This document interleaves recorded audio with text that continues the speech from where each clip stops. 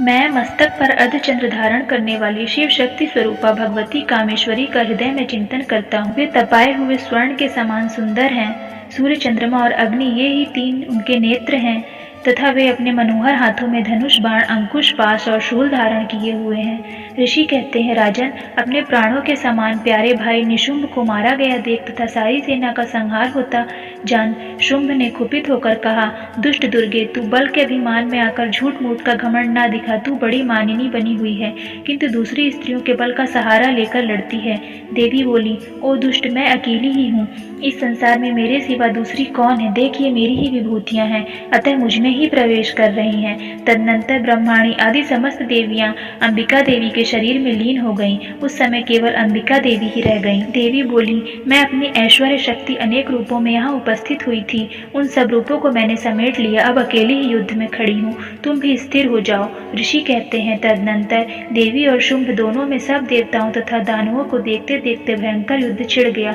बाणों की वर्षा, तीखे शस्त्रों एवं दारुण अस्त्रों के प्रहार के कारण उन दोनों का युद्ध सब लोगों के लिए बड़ा भयानक प्रतीत हुआ। उस समय अंबिका देवी ने जो सैकड़ों दिव्य अस्त्र छोड़े थे, उन्हें दैत्यराज शुंभ ने अनेक निवारक अस्त्रों द्वारा काट डाला। इसी प्रकार शुंभ ने भी जो दिव्य अस्त्र चलाए, उन्हें परमेश्वरी ने भयंकर हुंकार शब्द के उच्चारण आदि द्वारा खिलवाड़ में ही नष्ट कर डाला। तब उस असुर ने सैकड़ों बाणों से देवी को आच्छादित कर दिया। यह देखकर क्रोध में भरी हुई उन देवी ने भी बाण मारकर उसका धनुष काट डाला। धनुष कट जाने पर फिर दैत्यराज ने शक्ति हाथ में ली, किंतु देवी ने चक्र से उसके हाथ की शक्ति को भी काट गिराया। तत्पश्चात दैत्यों के स्वामी शुंभ ने 100 चांद वाली चमकती हुई ढाल और तलवार हाथ में ले उस समय देवी पर धावा किया। उसके आते ही चंडिका ने अपने धनुष से छोड़े हुए तीखे बाणों द्वारा उसकी सूर्य किरणों के समान उज्ज्वल ढाल और तलवार को तुरंत काट दिया। फिर उस दैत्य के घोड़े और सारथी मारे गए। धनुष तो पहले ही कट चुका था। अब उसने अंबिका को मारने के लिए उद्यत होकर भयंकर मुदगर हाथ में लिया। उसे आते देख देवी ने अपने तीक्ष्ण बाणों से उसका मुदगर भी काट डाला, जिस पर भी वह असुर मुक्का तानकर बड़े वेग से देवी की ओर झपटा। उस दैत्यराज ने देवी की छाती में मुक्का मारा, तब उन देवी ने भी उसकी छाती में एक चांटा जड़ दिया। देवी का थप्पड़ खाकर दैत्यराज शुंभ पृथ्वी पर गिर पड़ा, किंतु पुनः सहसा पूर्ववत उठकर खड़ा हो गया। फिर वह उछला और देवी को ऊपर ले जाकर आकाश में खड़ा हो गया। तब चंडिका आकाश में किसी आधार के ही शुंभ के साथ युद्ध करने लगी। उस समय दैत्य और चंडिका आकाश में एक दूसरे से लड़ने लगे। उनका वह युद्ध पहले सिद्ध और मुनियों के विस्मय में डालने वाला था। फिर अंबिका ने शुंभ के साथ बहुत देर तक युद्ध करने के पश्चात उसे उठाकर घुमाया और पृथ्वी पर पटक दिया। पटके जाने पर पृथ्वी पर आने के बाद वह दुष्ट आत्मा दैत्य पुनः चंडिका का वध करने के लिए उनकी ओर बड़े वेग से दौड़ा।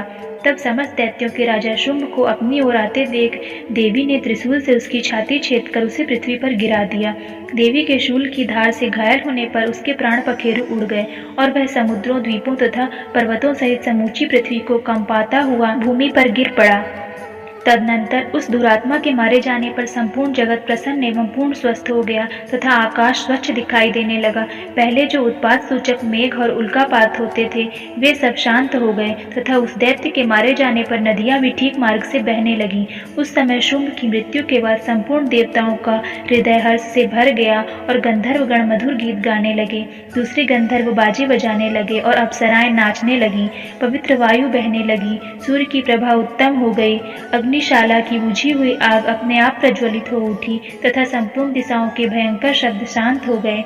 इस प्रकार श्री मार्कंडेय पुराण में सावर्णिक मनवंतर की कथा के अंतर्गत देवी महात्म्य में शुंभवध नामक 10वां अध्याय पूरा हुआ।